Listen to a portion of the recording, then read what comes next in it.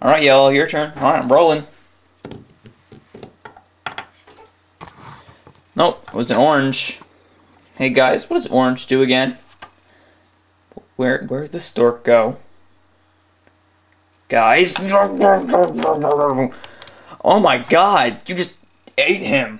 Doesn't that seem kind of violent?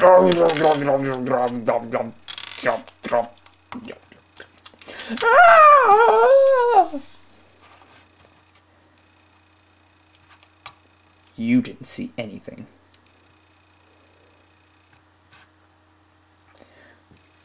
Brown, your turn. Okay.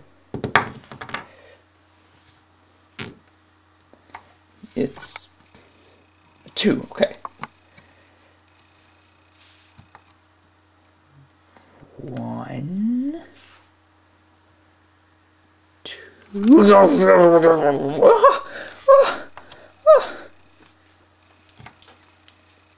Green, it's your turn. Okay. 1. Okay. 1. Wuss. Hello and everyone, welcome to my newest series, Stack Attack! It's Stack Attack, you know where it's at. The one thing we don't lack is a knack for reviewing Legos, and that's a fact, yeah! And today we have a Lego game set number 3854. It has 106 pieces, ages 7 and up, 2 to 4 players, and it's 10 to 20 minutes. Wow, 10 to 20 minutes. And it is Frog Rush. Yes, Frog Rush, I believe, came out in about the summer era of 2011. And yeah, it's a pretty small game. It's actually a pretty fun game. Just off the bat, one thing I could compare it to is Chinese checkers. And Chinese checkers is always fun. It's a good game. So yeah, I guess we should look at the box. When don't we? It's a special edition set, Frog Rush. I got this for Christmas, by the way. Played it with 4 players. Yeah, there's the box back. Got some pictures. Move the frogs, change the die, and the violent stork of death. Indeed. See how they left the box, just like every other Lego box, or Lego games box. Pretty simple. Just trying to fix this freaking box. Come on. There. Jeez. Alright, so, look at the box. I think it's, and that freaking skit. I don't know why I do skits anyway. What's even the point? I'm just gonna laugh at him. Alright, so, I guess you should look at the board. The board's pretty basic. It's a very small board. It's only 16 by 16 flat piece. It's one of the, it has studs in the bottom, such as one of those ones that you can't do anything with. So you can see it's got this blue area, it's got the gray area, and it's got these rocks and this big bench right here. It's got 5 of each color frog. You got the standard green, you got the brown frogs, you got the yellow frogs, and the red frogs. I'm sure a lot of these frogs are actually pretty rare. So yeah, like the red ones and the yellow ones, maybe in the brown ones. I'm sure they've been used for like chocolate frogs in some Harry Potter set or something. They probably, if they haven't, I'd be surprised. And also you get this crowbar instead of standard wrench. You can use it to take off the tiles and the die. Alright, so next gets to the dice.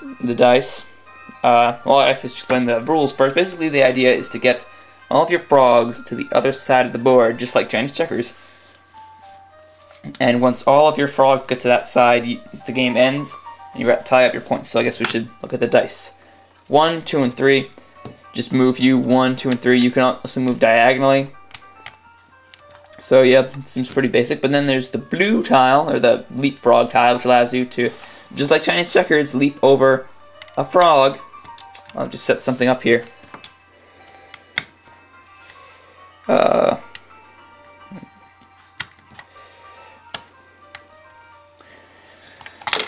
shoot. You can hop continuously until there's no frog, or until you want to stop. So just hop, hop, hop, and then once you're done hopping, you can stop anytime you want.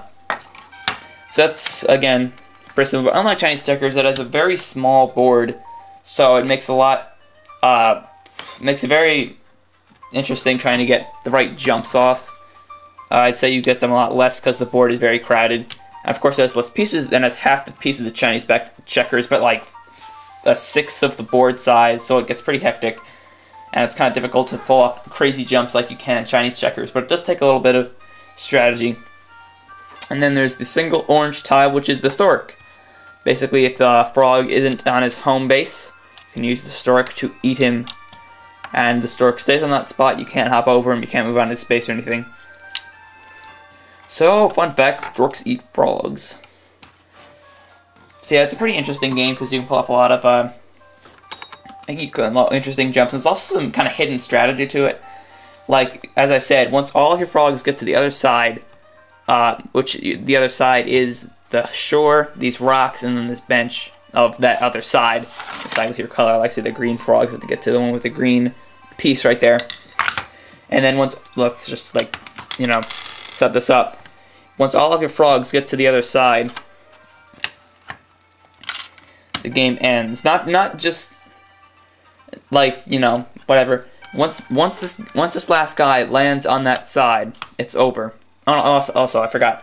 When a frog is eaten by the stork, it gets completely removed from the board and it's completely gone. Like you only had 4 frogs or 3 or whatever. So the game ends, and you then say this is how it ends. You get in the last. Once you get on the shore, I mean, you could also get on this bench or rocks or whatever if you get a high number. But the game ends immediately, and then everyone tallies up the points. It's 1 point for the shore, 2 points for the rocks, and 3 points for the bench. So you can see how there's a little hidden strategy here. Like, well, you could decide who wins the game. Like, you could wait to get your last frog onto the shore and try to get your other frogs up to a higher spot. Or you could, like, decide who wins the game. Like, if someone's winning and someone's winning, and then the player after you could easily win after that. I mean, easily could get ahead in the next turn. You could decide who wins if you put your frog on the shore.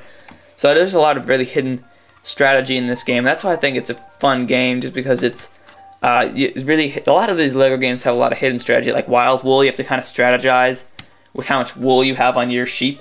But in this, you know, also the stork, you can use it like to cancel, like say you usually want to get to the player who's in the lead, but you could also use it to stop your opponent from jumping a frog to get to the end or something. So yeah, there is a lot of hidden strategy, and of course you could customize the game a lot. You could make your own little cool custom boards if you wanted to. If you get like a bunch of these base plates, if you get, oh shoot, if you get like, you know, 4 or 5 of these games, you could make like a big giant board and make it like Chinese checkers or something. Or you could make an exact replica of Chinese checkers with these or something. That'd be pretty interesting to see. There's probably someone out there who's made a Chinese checkers board out of Legos. If anyone's ever seen it, I'd love you to tell me. Sorry, my camera's being weird. So yeah, I guess we'll get out the stack bar. Admiral Stack Bar. Ha. And let's start giving and getting points. Alright, so size. I think this game is pretty small. I mean, the Ninjago game, there are 4 of these base plates, and this is only one, and it's only half the price, because this is $15, and the Ninjago one was $30. So I'm going to deduct 3 points for size, because I think it's a pretty small game. And there aren't too many things to bulk it up. It's just like a lot of flat, boring pieces and a lot of frogs. I mean, you get 20 frogs, and the stork, and usually minifigures and such usually bump up the price, and that's probably why it's a little more expensive, but still. Next, mock pieces. I think this is a good set because you get 20 frogs, and all in really cool colors. Like the green ones, of course, are pretty standard. You probably get those really easily in a lot of sets. But the red, yellows, and browns, those could be worth a lot. And if you're ever looking for those, or you can make a chocolate frog, a MOC with these chocolate frogs for Harry Potter. So yeah, for MOC pieces, I'm going to add 4. Just because I think it's really great pieces. And it's also really. I didn't actually show those storks off. That's the stork. It's got these 2 teeth pieces for wings on those pieces. Spit on the camera. It's got this telescope in orange. And I'll also show you the frogs, what they look like. They're just basically the frog on a little stud, gray stud. So yeah, and also you get a lot of unique pieces on the Lego die if you're looking for some cool pieces. Next, play value, I'm going to put this pretty high. I'm going to go 3, just because, again, there is hidden strategy to it, and it's a pretty fun game. It's short, so it's not too long or anything. And it has some of those, like, what the heck moments that could really change a game or something. So, and then the store could be really surprising. So it's just a really fun game overall. And cool factor, I don't think it's too cool of a game, so I'm going to take off 2 points. Because frogs in a pond, that's so awesome. So yeah, what we got is 12 out of 20. So I definitely recommend you get this set. Of course, there's some other Lego games I prefer you to, or you should get before this one, like Harry Potter and Pirates Code. I heard Harry Potter's gone up in price since I reviewed it. You know, Pirates Code, Minotaurus, even like Meteor Strike. Maybe a Meteor Strike. But there are a lot of good games. You should get the Ninjago 1. I'll put that back on the shelf. They're both pretty good games. So I definitely recommend you get this game. See you guys next time for more Lego reviews. I honestly don't know what we have in store because we don't have any other Lego sets at this time, and I don't know what I'm going to buy next. Later.